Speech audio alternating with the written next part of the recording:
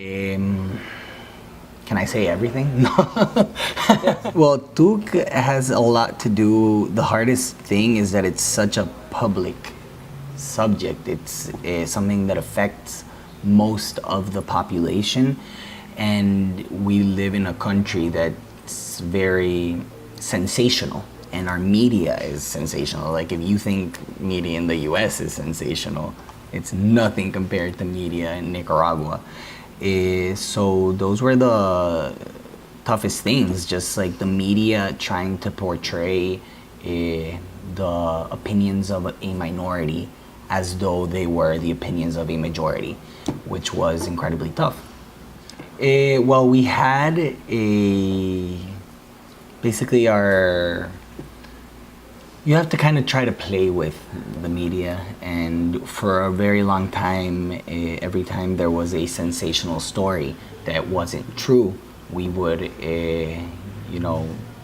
set the record straight. We had a person that was our voice, and we had an office that was dedicated to that for a couple of months during the launch. And anytime there was some bad publicity, we would schedule a press meeting and basically explain how the story was distorted or flawed.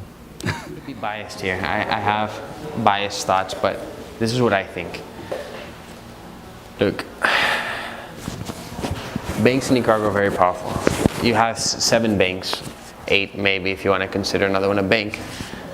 So they're very powerful. So once they see someone stepping on their toes, they're not gonna let it pass by easily. So what I think is that the public image, the media was very anti-M-Peso. The media was somewhat manipulated by banks, and so it got a lot of backlash, or got a lot of negative media. So at the beginning, yes, it had a lot of, I felt like it had a lot of negative feelings. That's one, because the media.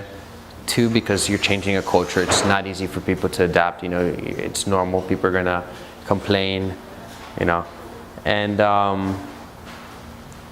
3, in a startup, you make mistakes. I mean, everything's not gonna come perfect. Like, if you have one bus monitor not working, it's a huge mess, and you can have the other 100 and 500 work. I don't know how many buses, but and the media will take advantage of that fault and make it look like it's the worst. It's not working. So it's hard to tell, but yeah, at the beginning it had it was a struggle to get people's confidence. But now I think times have changed. People are using it. Media pulled back, and the service is on and going. And so now, as people get used to it, and people are getting used to this electronic money, then they're going to be like, okay, so now I can do this. What else can I do? And so I think that's the next step. So I think M-Peso went over the hurdle of the bad public image.